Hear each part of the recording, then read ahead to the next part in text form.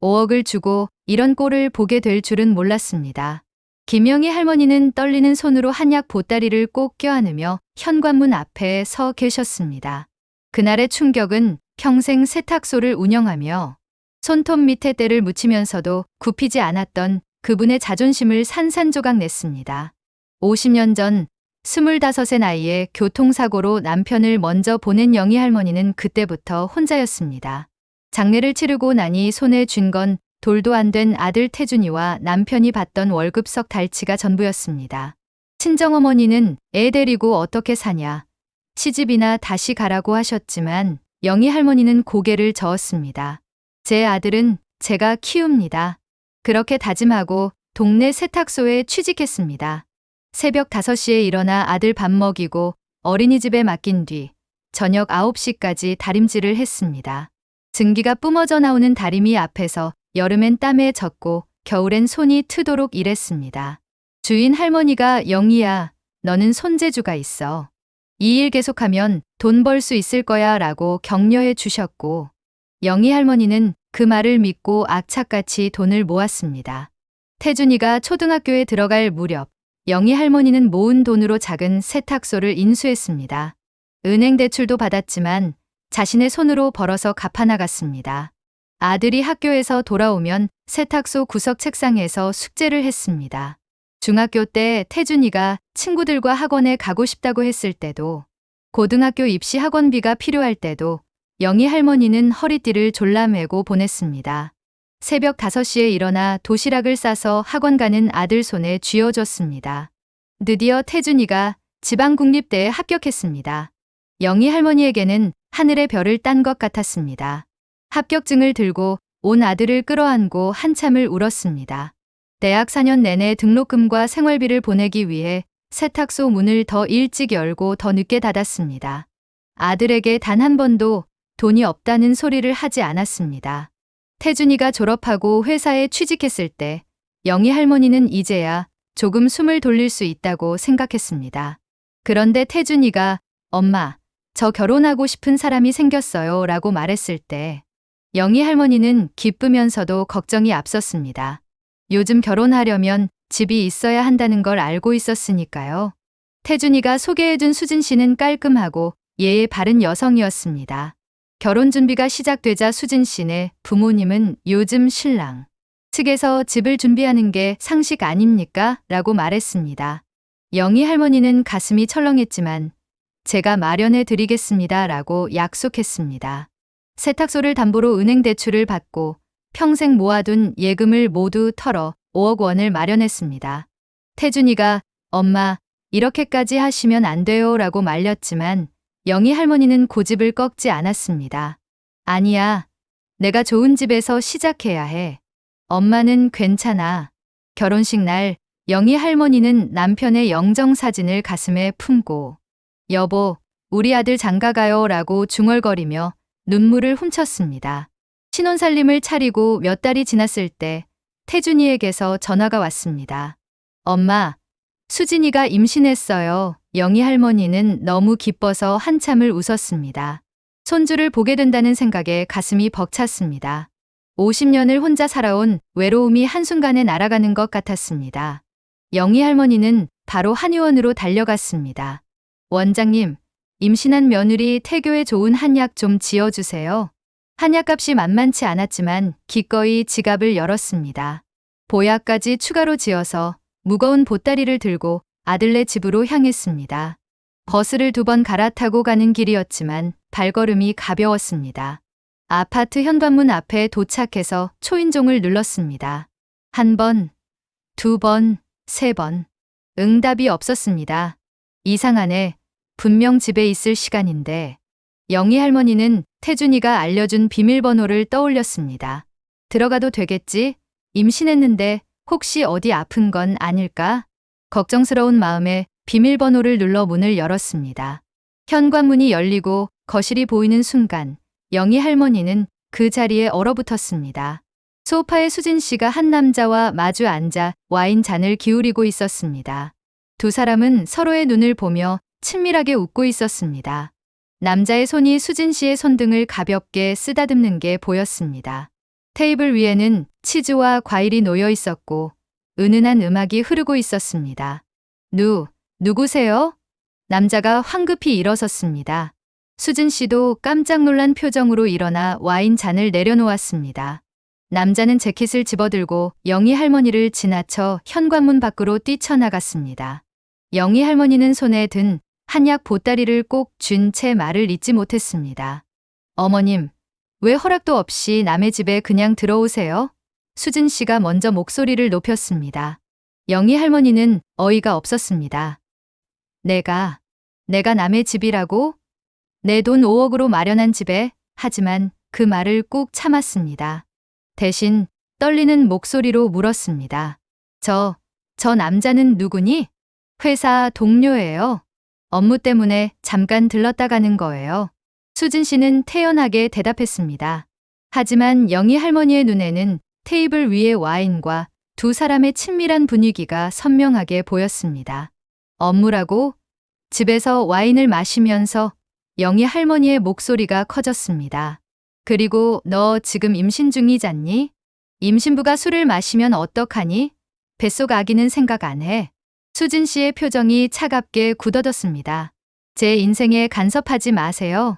어머님이라고 해서 제 사생활까지 참견할 권리는 없어요. 그리고 비밀번호는 비상시에만 쓰라고 준 거잖아요.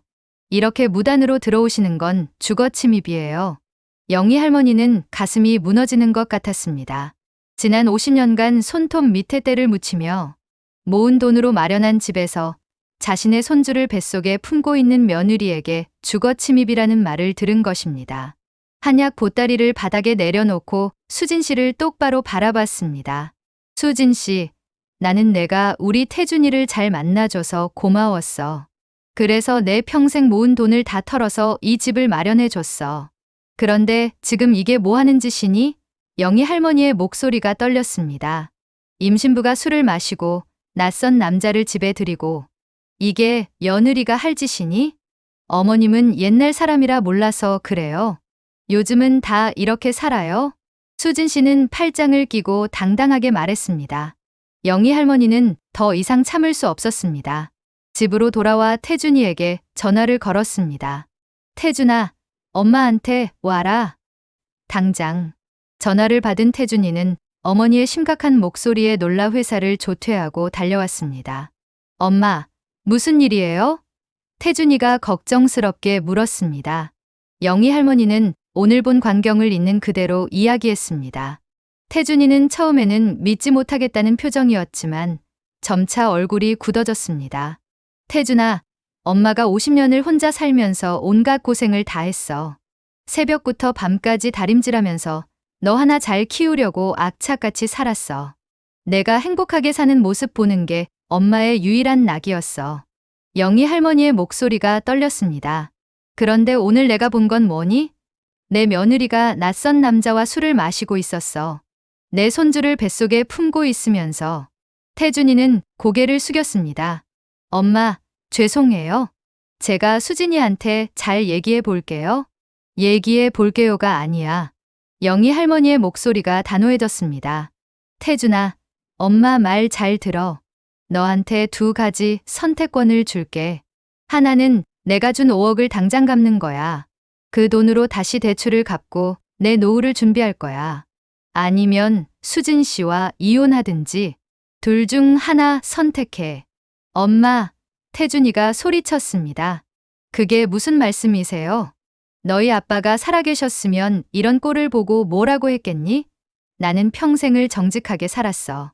남편 없이 혼자 아들 키우면서도 당당하게 살았어. 그런데 내 며느리가 그런 식으로 사는 걸 보니까 내가 무너지는 것 같았어. 영희 할머니가 눈물을 흘렸습니다.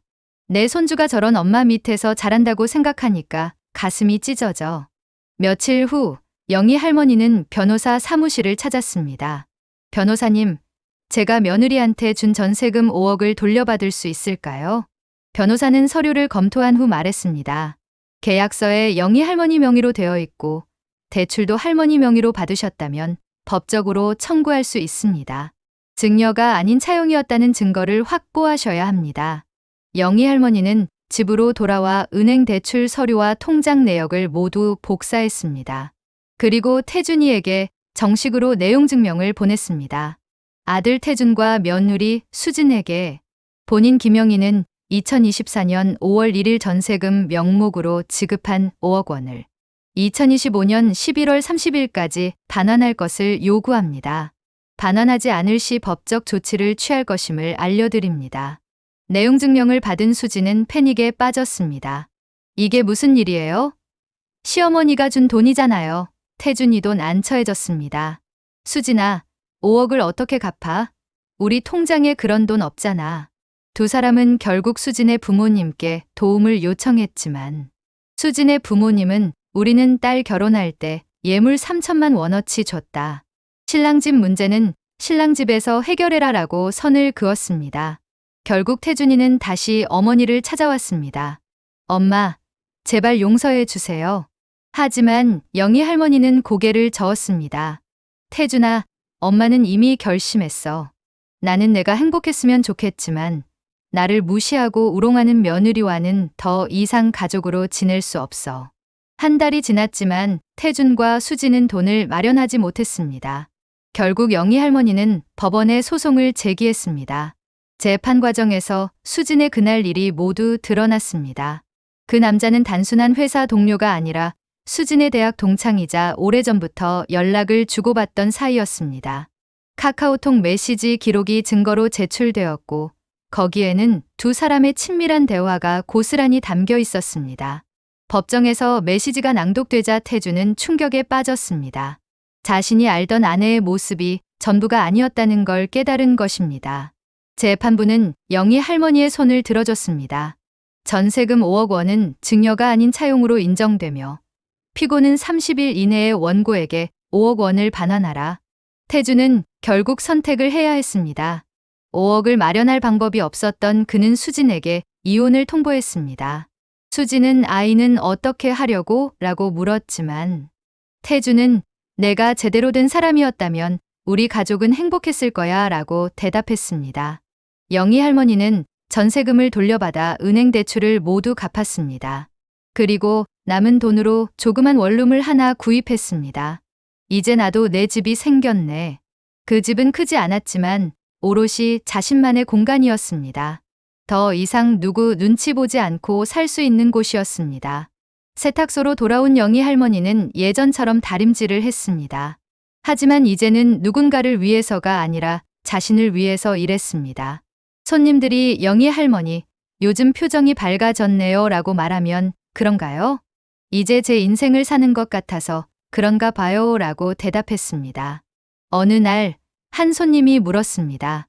할머니, 혼자 사시면서 외롭지 않으세요? 영희 할머니는 잠시 생각하더니 말했습니다. 외로운 것보다 더 힘든 게 있어요. 내가 사랑하는 사람에게 무시당하고 이용당하는 거요. 차라리 혼자 사는 게 훨씬 나아요. 저녁 무렵 세탁소 문을 닫고 집으로 가는 길, 영희 할머니는 걸음이 가벼웠습니다. 비록 혼자지만 외롭지 않았습니다.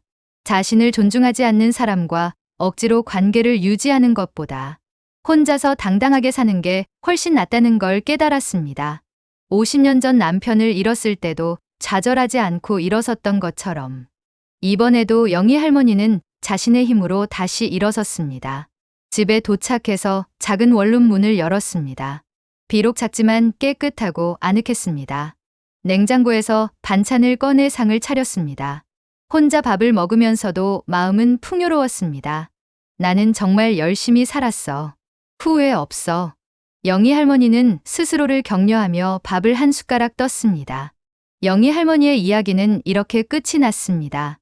세상 모든 어머니들이 자식을 사랑하지만 사랑한다고 해서 무조건 희생하고 참아야 하는 건 아니라는 것을 영희 할머니는 몸소 보여줬습니다. 때로는 단호하게 선을 긋는 것이 진정한 사랑이라는 것을, 자신을 지키는 것이 가족을 지키는 첫걸음이라는 것을 증명했습니다. 여러분, 오늘 이야기가 마음에 와닿으셨나요? 영희 할머니처럼 당당하게 자신의 삶을 되찾은 이야기에 공감하셨다면 구독 버튼을 눌러주세요. 그리고 좋아요를 눌러 더 많은 분들과 이 이야기를 나눠주세요. 여러분의 인생 이야기도 댓글로 들려주시면 감사하겠습니다. 다음에도 더 좋은 이야기로 찾아뵙겠습니다. 건강하시고 행복하세요.